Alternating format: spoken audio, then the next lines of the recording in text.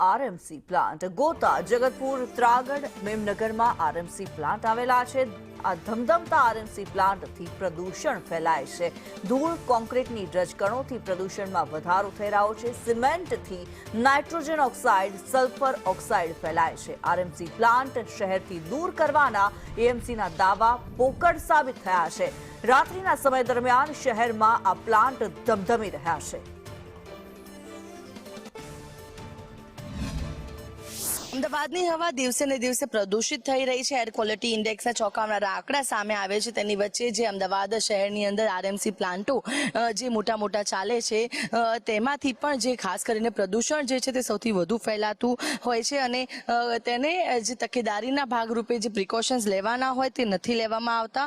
ખાસ કરીને જેમ જેમ જે મટીરિયલની જરૂરત પડતી હોય છે તેમ તેમ આરએમસી પ્લાન્ટને ચાલુ કરવામાં આવતા હોય છે, જેનાથી ખાસ કરીને શિયાળાની ઋતુની અંદર આરએમસી પ્લાન્ટના કારણે હવાનું પ્રદૂષણ અત્યારે વધી રહ્યું છે અને તંત્ર જે મસ્ત મોટા દાવા કરે છે તે નથી થઈ રહ્યા અને જે પ્રદૂષણનું સ્તર છે તે સતત વધતું જોવા મળી રહ્યું છે।